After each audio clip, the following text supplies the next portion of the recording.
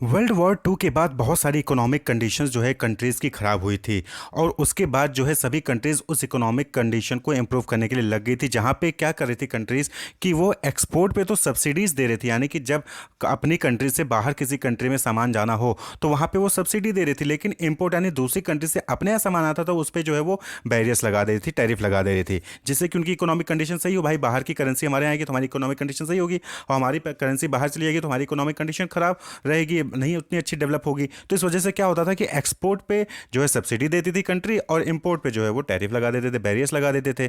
तो ये इससे क्या होता था कि जो ट्रेड था, इंटरनेशनल ट्रेड, उस पे जो है प्रॉब्लम आती थी। तो कंट्रीज जो इम्पोज कर देती थी barriers on import and subsidy provide करती थी एक्सपोर्ट पे, तो इससे क्या होता था, वर्ल्ड इकोनॉमिक डेवलपमेंट नहीं हो पा रहा था। तो to improve world economic development को इम्प्रूव करने के लिए एक प्लेटफॉर्म बनाना जरूरी था, जहां पे डिस्कस किया जा सके और नेगोशिएट किया जा सके इंटरनेशनल ट्रेड इश्यूज पे। क्लियर।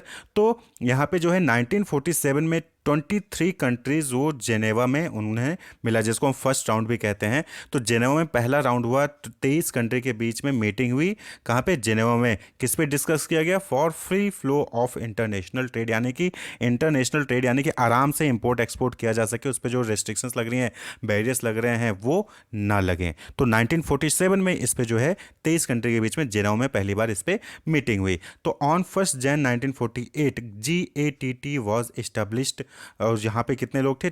23 मेंबर्स थे।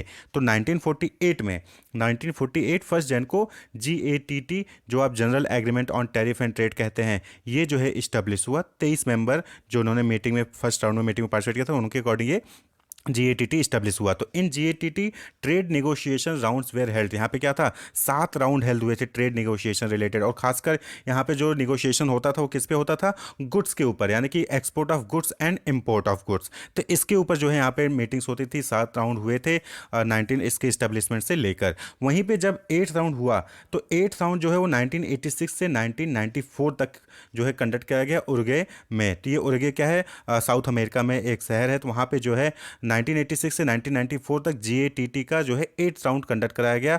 तो इसको हम उरुग्वे राउंड नेगोशिएशन भी कहते हैं। तो आर्थर डंकल थे जो कि डायरेक्टर जनरल थे GATT ने, इन्होंने जो है इसको हेल्ड कराया। तो इस मीटिंग में जो है नए एरियाज को भी इंक्लूड किया गया। अभी 7th राउंड तक क्या था आपने देखा? 7th राउंड तक क्या था कि ट्रेड ऑफ गुड्स यानी कि import of export of goods पे जो है नेगोशिएशन और डिस्कशन होता था। लेकिन अब जो है इसको जो है फर्दर एक्सपेंड करने की बात कही गई इस राउंड में, और इसमें जो है ट्रेड इन सर्विसेज, ट्रिप्स यानी trade related intellectual property rights, and TRIMS यानी कि ट्रेड रिलेटेड इन्वेस्टमेंट मेजर्स, इनको भी जो है इसमें एक्सपेंड किया गया, इंक्लूड किया गया। क्लियर। तो GATT में जो उसकी GATT का जो स्कोप था उसको जो है बढ़ाया गया 8th राउंड की मीटिंग में। जो है उरुग्वे राउंड नेगोशिएशन जो कि 1986 से 1994 तक चला, इसमें ये चीज़ें डिसीजन ली गई। और उसके बाद फिर जो है 8th राउंड में ही ये डिसाइड हुआ, मेंबर कंट्री ने इसको डिसाइड किया कि WTO यानी कि एक नया ऑर्गेनाइजेशन जो है सेटअप होना चाहिए, WTO in place of GATT। तो यानी कि GATT को किसने टुक ओवर कर लिया? WTO ने। यानी कि GATT क्या हो गया? प्रेडिसर हो गया, WTO सक्सेसर हो गया। तो अब क्या है? GATT हटा दी गई और WTO एग्जिस्टेंस में आ गई। And finally GATT was replaced by WTO on 1 January 1995 with 123 members. तो यानी कि जो 8th राउंड हो रहा था उसमें 123 मेंबर्स थे, और उन्होंने जो है GATT को रिप्लेस करके WTO को इस्टेब्लिश किया गया। और उस वक्त जो है जो ऑफिशियल लैंग्वेज थी WTO की, वहाँ पे 3 लैंग्वेज थी, इंग्लिश, फ्रेंच और स्पेनिश।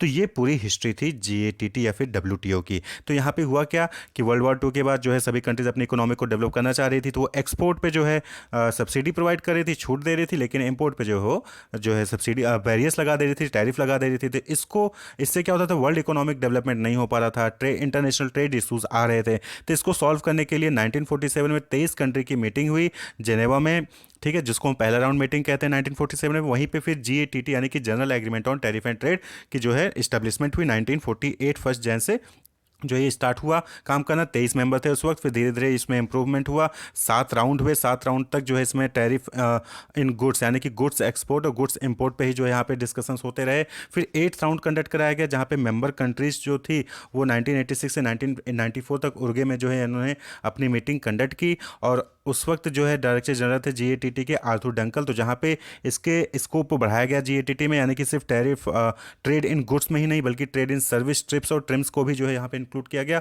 और साथ ही साथ उसी राउंड में 8th राउंड में ही ये भी डिसाइड हुआ कि एक नया ऑर्गेनाइजेशन सेटअप किया जाए जो जीएटीटी की जगह रिप्लेस कर देगा। तो जीएटीटी को रिप्लेस करके क्या आया, डब्ल्यूटीओ यानी वर्ल्ड ट्रेड ऑर्गेनाइजेशन आया, जो कि 1 जनवरी 1995 से जो है वर्ल्ड ट्रेड ऑर्गेनाइजेशन के नाम से जाने लगा। तो 123 मेंबर्स उस वक्त थे इसमें। और उसके बाद जो है यहाँ पे उसमें 3 ऑफिशियल लैंग्वेज भी थे, इंग्लिश, फ्रेंच और स्पेनिश। तो ये हिस्ट्री थी डब्ल्यूटीओ या फिर जीएटीटी की। Wish you all the best, keep watching.